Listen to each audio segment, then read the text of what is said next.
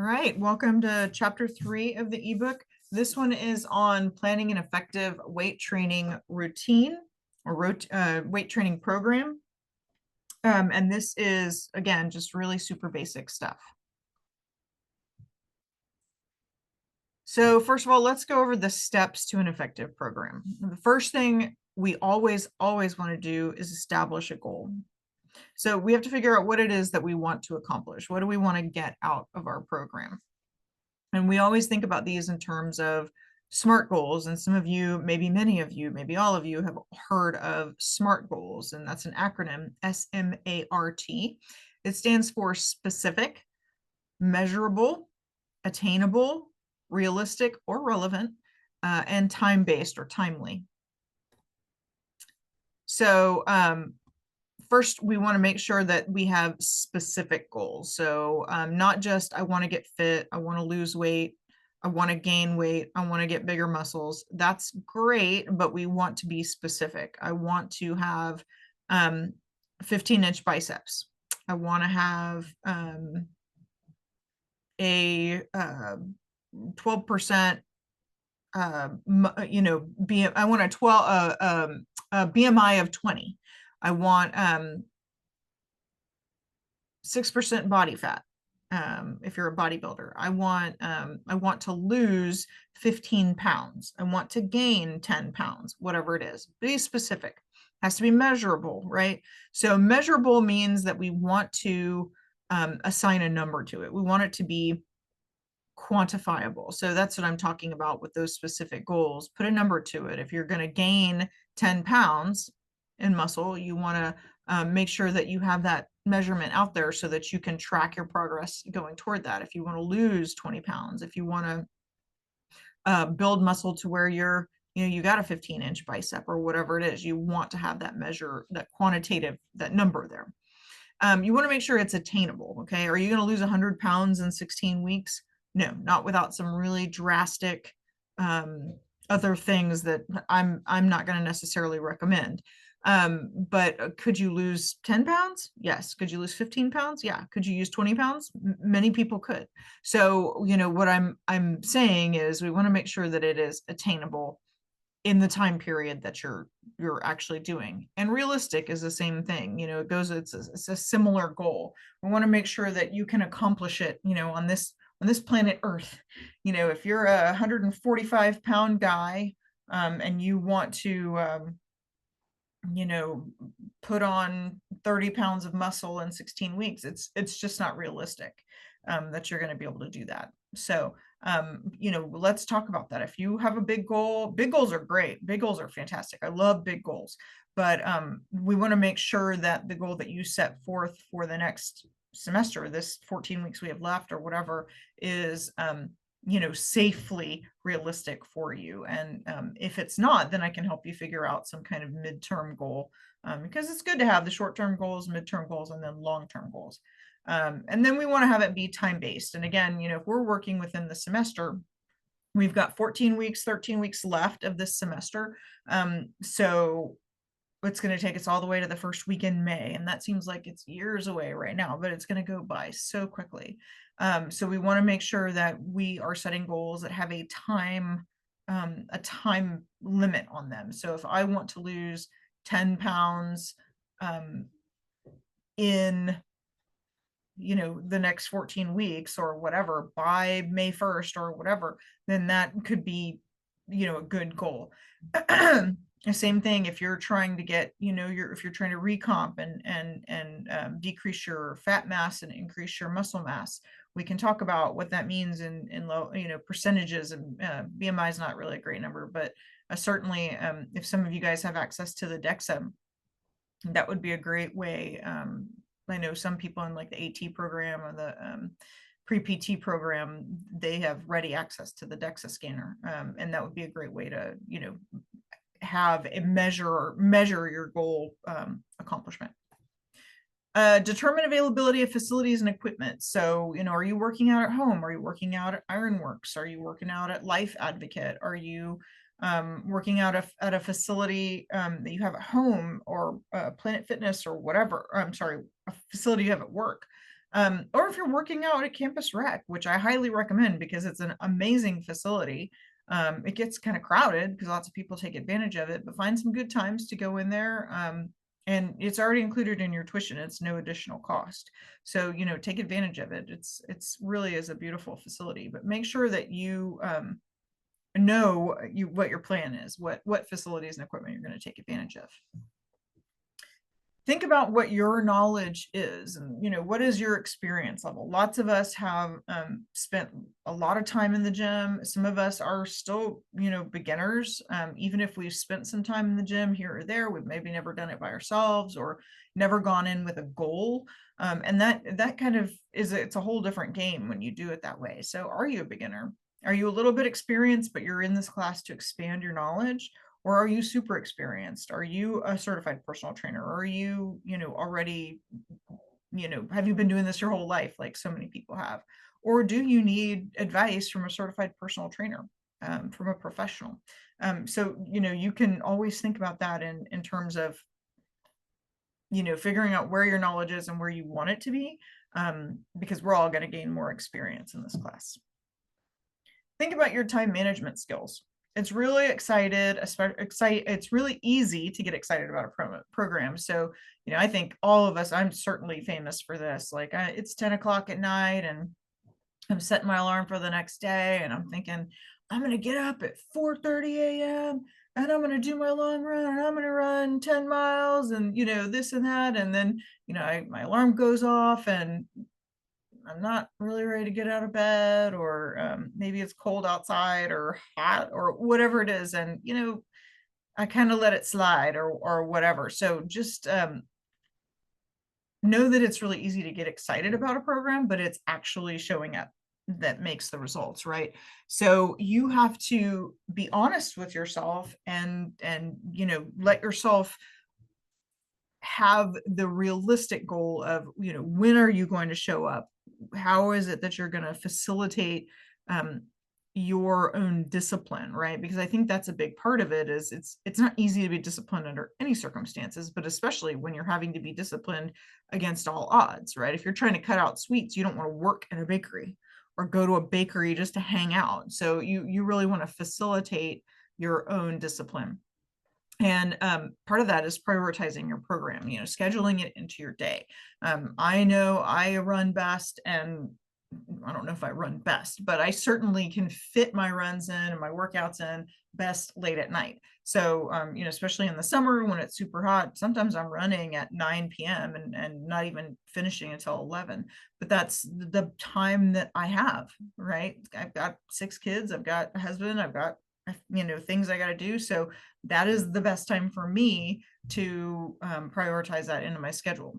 I don't recommend that if you are young and single, or don't have kids or whatever. You have a whole world that you can a world of time that you can take advantage of, right? Maybe you have a class that maybe you have time right after this class and you want to run and finish a workout. Like you start a workout with us and then you go to the rec center and you complete it or whatever. Maybe this time is available for you on the other 3 days of the the week or on the weekend. Whatever it is, schedule it in and make that your time. Don't let anything else interfere with that time. It's for you. Choose the proper exercises and routines. So every individual is unique in body type and goals. So we talk later on in one of the last chapters, we talk more about body composition and the 3 main phenotypes. And some people are born skinny, right? Small and skinny and petite. And some people are that, mesomorph who are, it's easy for them to gain muscle. It's easy for them to lose weight. They're sort of that medium size. They can usually put on muscle really easily. And some people are big boned, right? Or they have a larger frame. They have a tendency to hold more fat tissue. And it's harder for them to lose weight. And that's all fine. We're all genetically different. We all, from an evolutionary standpoint, we all come from different stock, literally. So we have to respect our own bodies, right? I'm never gonna look like, some different person. I'm gonna only ever look like me. So I have to be respectful of that and understand that about myself. So just know that, and again, it's a time to be honest with yourself and figure out what your body type is and what your goals are specifically. And if you're not sure, let's chat about it, because I think sometimes it's hard for us to understand or have the perspective. And I've been doing this for a long time, so that's what this whole course is about, is to kind of get you knowledgeable about that. So let's talk about maintaining proper form. We'll talk a lot about form as we learn the lifts, but really the things I want you to remember are that I don't ever want you to feel pressured to increase your load too quickly. I think a lot of people will make this mistake. They feel like, oh, well, I did this weight yesterday or 2 days ago, and it just seems so light to me today. Okay, well, if you just went up to that weight this week, give it another workout sesh before you increase your weight, right? A general rule is no more than 5% increase every time you increase, and I would not increase more than weekly. Really, really give your muscles time to lift, break down, and rebuild, and then increase. Okay. If it's just feeling ridiculously easy, like you could go on forever doing it, then yeah, it's time to increase your load for sure. Core stabilization exercises are always important. So I'm always going to tell you, engage your core. We'll talk about how to feel like, because I could say that all day. A lot of people will tell me, I don't even know what that's supposed to feel like. So especially if you've had a child, like you're a female who has had a child even recently or not recently, and you feel like you don't remember what it feels like to engage your core, that's legitimate. So core stabilization exercises are always important, and we'll do those all together. This is a quote directly out of the book, and I love this quote because it just breaks it down really simply. Exercises are performed with the concept of focusing on the specific muscle groups used in the exercise. So when you, for instance, are trying to do when you're trying to build your bicep, right? You think about it. The bicep flexes the humeral ulnar joint. So this is your humerus, this is your ulna, and it flexes this joint, that's your biceps pulls that up. It flexes that joint. It flexes, brings your arm up. So when you contract these muscles against a resistance, like if you're holding a weight and you pull it up, they're going to get stronger doing that, right? And generally, we all have pretty strong biceps because we use our arms, quite a bit. But when you're breaking down an exercise or what it is that that muscle does, and we will do this in class before we do demos, we think about that, and then how do we add load to that? How do we put a resistance on that muscle? And then always remember to begin gradually. So if you even if you're just increasing weight or you're doing a lift you've never done before, we want to start really gradually. And this is very true it's true across the board, but I really want you to pay attention with lower body exercises and core exercises, because these parts of our bodies generally tend to be super duper strong, and we think, oh yeah, this is fine, I can really push it with this. And then I've done it personally, like, oh, this is good, I'm lifting heavy, and then like I am like basically sick for the next week because I've just overloaded my muscles so bad. So don't do that. Always begin gradually. So some reasons to begin gradually and progress naturally. I just told you, right? I used to have some awesome videos where, guys were like popping their biceps. It does happen, especially if you are on, for instance, testosterone. Testosterone will make you feel stronger, and it actually does increase your strength, but it doesn't increase the strength of your tendons and ligaments as quickly as it does your muscles. So you have to give your tendons and ligaments enough time to catch up to where, and your bones, to where your muscles are, because your muscles will snap those things right off if you overload it. So just be careful. Okay, we also want to pay attention to recovering, and I'm a huge recovery science nerd. Recover adequately. So that means rest. So if you do not rest, you will not gain. You won't gain size, you won't gain strength, and in fact, you'll decrease in strength and capability. And this is, I can't tell you how true this is. Overtraining is such a truth. The way that your muscles work is they you'll lift with them, you'll overload the muscle, right? And it will break down the proteins in that muscle. And then you'll be a little bit sore, right? Maybe the next day more the second day, because that's how delayed onset muscle soreness works. And then you have to give yourself plenty of hydration and eat lots of protein, and amino acids are in protein. So that all provides your muscles with what it needs to rebuild. And when it rebuilds, it's bigger, better, and stronger. Okay. So that's how we gain. So if you don't rest, you don't gain. Your muscles will continue to break down, and then there's a much greater potential for injury, and that will set you back even further. So rest those muscle groups for at least 48 hours. If you did a super hard workout, if you did max lifts or something like that, where you are just really, really sore, I would give it another day beyond that at least. Okay. When you train hard, you have to rest hard as well. So change your program as needed. You know, you're not married to the program that you've bought or that you've signed up for or whatever. If it is not working for you, change it. Try something different, because you are not going to stick to something that you hate or something that you don't feel is working, or, you know, working with a person that you just don't feel good dynamic with. Right. I mean, and I think some of us have already experienced that in life, where you get kind of signed up to do something and you're like, wait, this isn't what I thought it was going to be, or you sign up with a personal trainer and they're just not your jam. And you know, don't push through. It's not worth the damage that it's actually going to do to you. Not physically necessarily, but emotionally. Allow for flexibility. So when you build your program for yourself, allow flexibility time in there to get sick, because we're all going to get sick, right, here or there. For family stuff, maybe, you know, your kid has a program, or your mom needs your help, or, you know, your dad's car breaks down or something like that. You're going to want to help. Schoolwork, the ever present at this point burden that you've got. I understand that, you know, this is not the only class that you guys have. And, you know, you guys hopefully understand that this is not the only thing I do in life either. So there's a lot of school going on all around us. And there's going to be days when and weeks, you know, when maybe you've got 3 tests on a paper that's due. And you just do not have the time. You've got to reprioritize your time that week. And that's okay. You have to allow for that flexibility.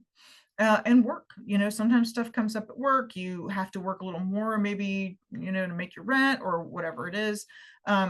Allow for that in your schedule, and don't beat yourself up about doing that, because again, you're not going to lose so many gains in a week or even 2 weeks that you're not going to be able to recover it. And sometimes when you come back to it, your body has forced you, especially after an illness, to rest, and you come back fully recovered, and you're like, where did all this strength come from, or where did all these gains come from? And it's your body forcing you to recover adequately. So hopefully we try to build that in on the front end, but if you don't allow for it to happen, or if you don't force it to happen, your body will. And then plateaus do happen. And when plateaus happen, a lot of times it's an indication that we need to change our program, change our methodology, or change something else about what's going on. So periodization is something that we talk about. You know, changing what we're addressing at that time according to, you know, a season or whatever.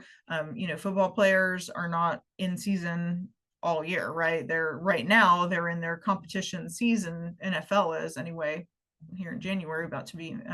Some of them, most of them are back in off season. They're offloading right now, but they, you know, after their season, they recover, they rehab, they rest a whole lot, but they continue to work out, but just not nearly as hard. And then they go into a preseason, or, you know, a building up season, where they work on, you know, if they had injuries, they work on strengthening those areas of their body. If there's things they specifically, you know, want to work on in their performance, they also bring that and train that: speed, agility, quickness, strength, all of that stuff.